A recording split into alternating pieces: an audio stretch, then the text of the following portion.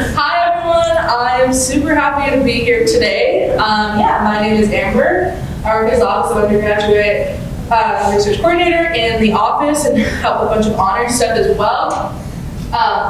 In my spare time, I like to do a bunch of things, but the biggest thing is I am a Denver and LA actress, which is really weird. Not a lot of people in the office even knew about that up until recently. So I wanted to focus my presentation today over film and acting technique, because that's something I'm really passionate about, and it applies to all of us in this room, not just people who act. So today we're going to be talking about Stanford Meisner, who is very well known in that field. This is humiliating. I decided to show you guys a progression of what my headshots have looked like in my acting journey. Obviously, this was me many years ago. I don't look anything like this now. But I'm a Denver and LA based actress. Those are my references. I don't know if you guys want to look again. I'm a Meisner trainee. I trained with Patrick Backer, who's a casting director in Los Angeles. I worked with School of Acting, I've written for Performing Arts, big acting studios, worked with a few acting studios also out in LA, San Diego as well. So this headshot was taken in 2014 maybe, 2013. The second one is kind of dark. This was more my dramatic shot. And then this is my most recent headshot that I just got done by the fantastic Kelsey Edwards. She does a lot of LA actors' portraits. She comes to Denver, she does Chicago. She's fantastic. Don't think this doesn't apply. It makes sense to your life, right? If you're sitting there and you're like, I don't know nothing about acting, this doesn't apply to me. Because if you've ever had a conversation where you responded instantly without thinking, which a lot of us do, right? When we're mad or confused or whatever. That's the essence of Meisner, and that's what we're talking about today. So, this lovely fellow was born in 1905, man of the hour.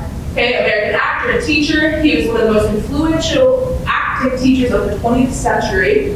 I think probably the most. He was part of group theater in the 1930s alongside Stella Adler and Lee Strasberg, and those two are very big influences in the acting community, both actors, screenwriters. Yeah, fantastic. He developed this technique in the 1930s when he was a part of this theater. It was kind of the first transition from these pre-plans, you have seen a classic old film of the. he kind of filtered away from that, and he wanted a more genuine reaction, he wanted you to really experience that, which to a lot of people would. Okay. Emotional connection is what he focused on, instinctual behavior, and present moment reactions. And he would work on this in a lot of ways. He would focus on, of course, real organic reactions. And a big way he did this, I'm actually going to run with 3 actions, so I wanted to mention his repetition exercise. That was the biggest thing for him, was the repetition, okay? He thought that if you had 2 actors or actresses, performers, next to each other, saying the same line, okay, back and forth, it's kind of boring when you say it the same way. So the idea is, you're saying it back and forth, okay? I love you, I love you, I love you, I love you, I love you. Do you notice how they're responding to each other? That was kind of the idea of this exercise. A lot of actors who studied at New York University, Juilliard School, right? We all know Juilliard. People who would study at a lot of places in LA. And if they would use any technique like this, they would do it a lot more in depthly if they wanted. I've used this technique. I am training in Meisner. I do it on I would say maybe average level now. I'm not advanced by any means, of course. I'm still in breathing, right? So that's something. But yeah, the core idea, as silly as it sounds, is to stop acting and start reacting, which is really difficult. And really hard, because what's the whole point of acting? Is you're reading a script, and what are you doing? You're acting, right? So it sounds silly, but that's kind of his idea for it. And that's why he really liked doing improv games, and why he really likes just having those scenes where people kind of take on the scene themselves, not worry so much on the script necessarily. So, repetition, yeah. Fastest time. Right. We use this daily. Okay, you use this daily. How do you use this? Use this in job interviews. Has anyone had the worst job interview of their life, or maybe not the worst? Claire in the back. I have. Or like maybe just uncomfortable where you're like, they're asking you a question, you're not prepared for it, and what do? Yeah. Yeah, right? That's your instinct. Your body, your mind is telling you, oh, frick, I don't know what to say to this person right now. In relationships, maybe you're mad at your partner, you lash out, your brother stole something, and you're like, dude, come on. And your mom's like, hey, be nicer. And you're like, you're right.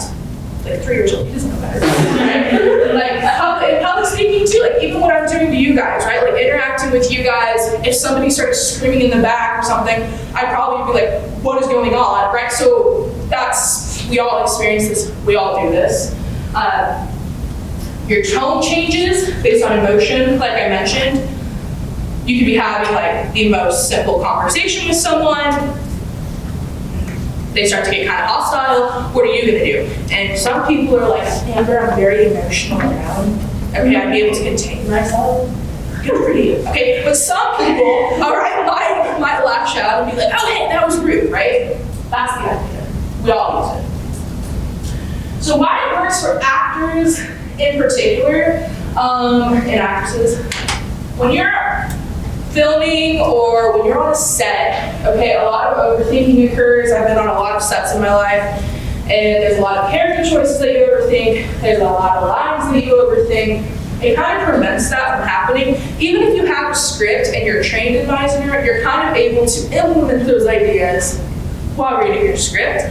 So it's been really useful for a lot of big actors, and I'm going to show you a list of some well-known actors that I think most of us know that have used this technique in a lot of their big films before. It makes performances feel natural. Have y'all ever watched a movie and you're like, I forgot that was acting. What the F? Like, that's crazy, right? Yeah, that's how you want it to feel. Nobody wants to watch a film and be like, dude, that was so bad, okay? Or maybe, I don't know, sometimes I like to watch those silly movies where the acting's mediocre, that's a good laugh, but sometimes you watch films with these performers, and it's so real that you forget about it for a second. And Sanford Meisner, he really wanted to incorporate that into film and TV, okay? He wanted people to be like, dude, I felt like I was sitting next to that person, okay? Yeah, I mean, helps actors listen rather than just wait to speak. I don't know if anyone has, you know, everyone eventually kind of shook their head and I said, has anyone seen a film where you feel like, whoa, like, I forgot that was acting. Now, has anyone seen a film where they were like, that was so bad, I'm scared to ever watch another film again? Yeah, thumbs up in the chat, right? Yeah, I've been there too. And the thing is with this is, what a lot of actors do wrong, I'll take off my glasses to show you this, okay? Is you can be a really good actor. I'll use Jory for an example. How could you do this, Jory? No! Okay, so I'm responding to her, or I'm sorry, so I'm talking to her, but does it look like I'm listening to her? Or, no, it's weird, and you're kind of like, all right, like, you had me and then you lost me, so that whole point is to keep them there. Like, what's up, Jory, and keep that in whatever, okay?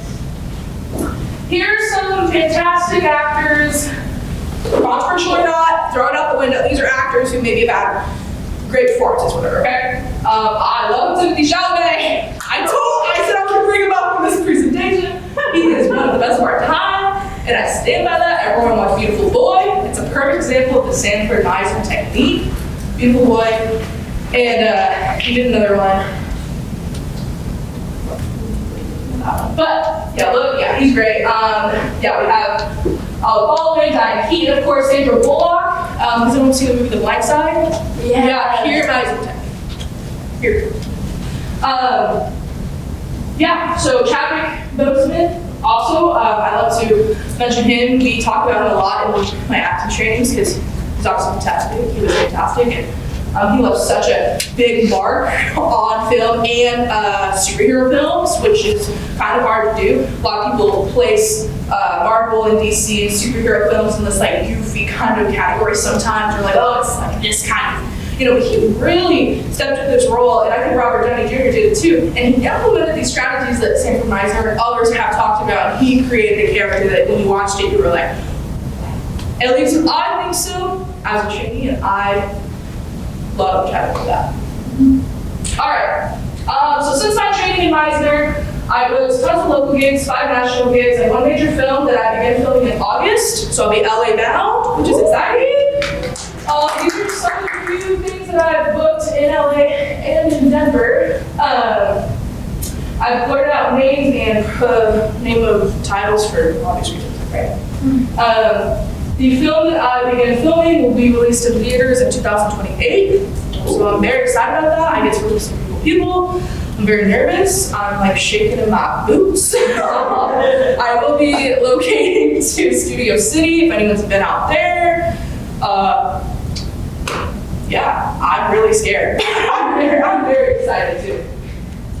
So ever since I've been acting since I was maybe 6 years old, 7 years old. I would say maybe 12 years old professionally, okay, like more professionally, quote unquote. But since training in the Meisner technique and since working in the industry and working with professionals and watching films the way I do and representing characters the way that I do, okay, I have noticed that I listen more closely in my real life. Like I feel like I'm able to listen more closely and I'm able to respond more genuinely. And I think that has actually been like a huge help. And one thing Sanford Meisner always says is, are you being genuine in your conversations? You can say that to actors as well. So yeah, I am very honored to have the opportunities that I have and will continue to have while studying with Meisner. So I want to thank him and his really difficult technique and impact that he's had on acting and film. And I want to thank all of you guys too. And yeah, that's about it. Thank you guys so much.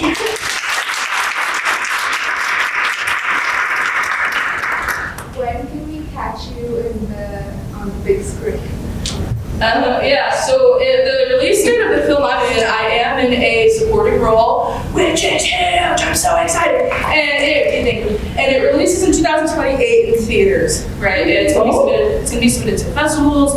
I also want to shout out Colorado really quick, because your question reminded me for some reason. I was like, being like in Colorado where nothing happens. If anyone knows what the Sundance Festival is, it's huge. And Boulder just claimed it home, or it just claimed Boulder home. So that's massive and really cool. So anyway, yeah. So they'll be, submitting to other stuff too if they wish, but I don't know too much about that. I don't know release dates. We just wrapped pre-production. I was flying back and forth a lot. Now I have like this little gap of time when I can just like relax until I go onto actual set and begin working with these like incredible people that I have never imagined I'd be able to work with in my life. So, yeah.